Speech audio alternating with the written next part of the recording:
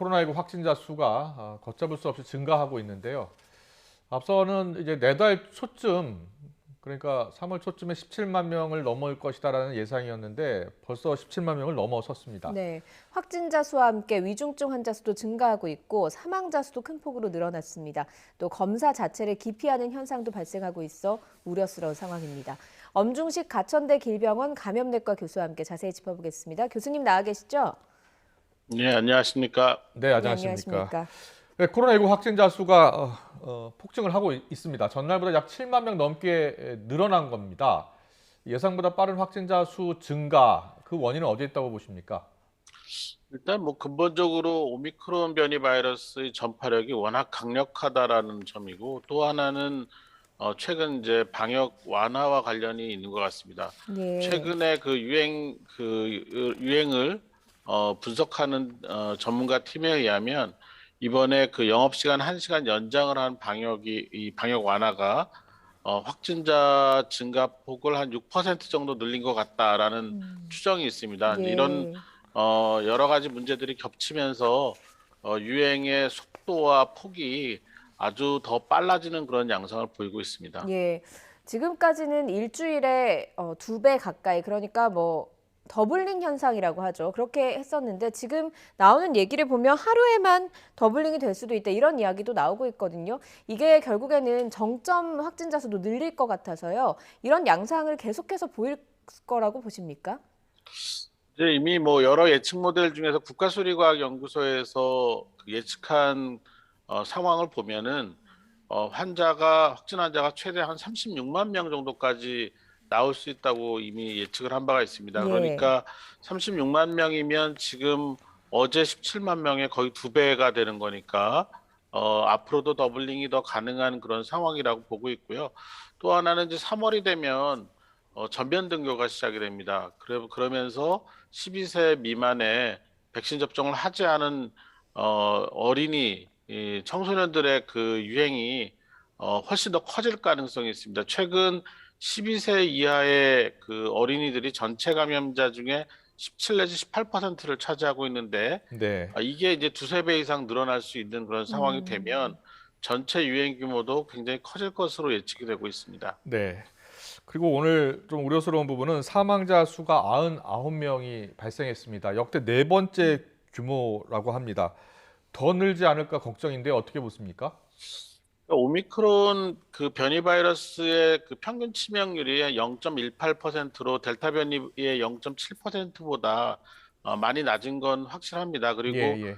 백신을 접종한 분에서는 정말 더 치명률이 낮게 되는데 문제는 이제 그 60세 이상의 고위험군들이 계속 전체 그 사망자의 뭐 95% 이상을 차지하고 있는 그런 상황이고 예. 이 60세 이상은 백신 접종을 완료를 해도 한 0.5% 정도의 치명률을 보이고 미접종하신 분은 뭐 5%가 넘는 거의 10배가 넘는 치명률을 보이고 있기 때문에 이제 네. 예. 이런 분들을 어떻게 보호할 수 있느냐가 가장 고민거리가 되겠습니다. 예.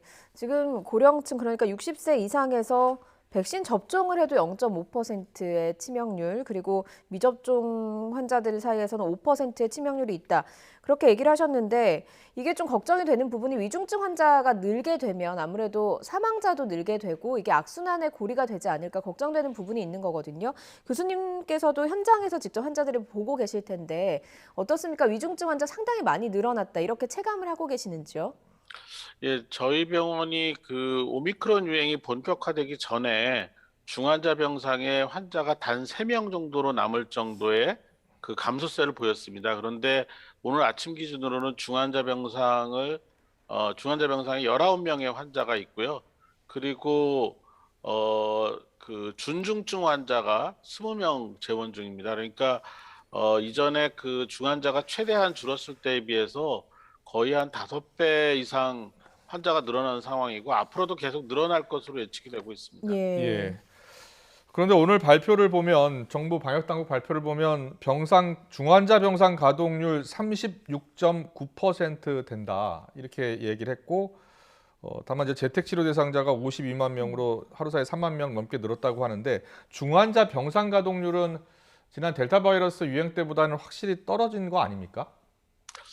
이제 그 유행을 단순 비교하기는 좀 어렵고요. 결국은 치명률이나 위중증 발생 비율이 낮은 반면에 예. 워낙 오미크론은 이제 확진자를 단기간에 많이 발생을 시키는 게 특징이거든요. 예. 그러니까 앞으로 현재와 같이 대량 환자 발생이 뭐 2주, 3주 지속이 되다 보면은 낮은 그런 위중증 환자 발생 비율에도 불구하고 전체적인 그 중환자 절대 수는 계속해서 음. 늘어나고 이게 유행 예측에 따르면은 지금 우리가 갖고 있는 것으로 알고 있는 한 2,500에서 2,600 병상 정도의 중환자 병상을 다 채우는 상황도 발생할 수 있다라는 예측이 있기 때문에 예. 계속해서 좀 주의를 기울여야 되는 상황입니다. 예. 많은 전문가들이 뭐 병상과 함께 지적하는 게 인력, 그러니까 의료진 부족인데 뭐 의료진 부족 당장에 시급하게 해결할 수는 없다라고 하더라도 지금 있는 의료진도 좀 지켜야 하는 상황임에도 불구하고 지금 의료진 사이에서도 집단 감염이 많이 나오고 있다고 들었거든요.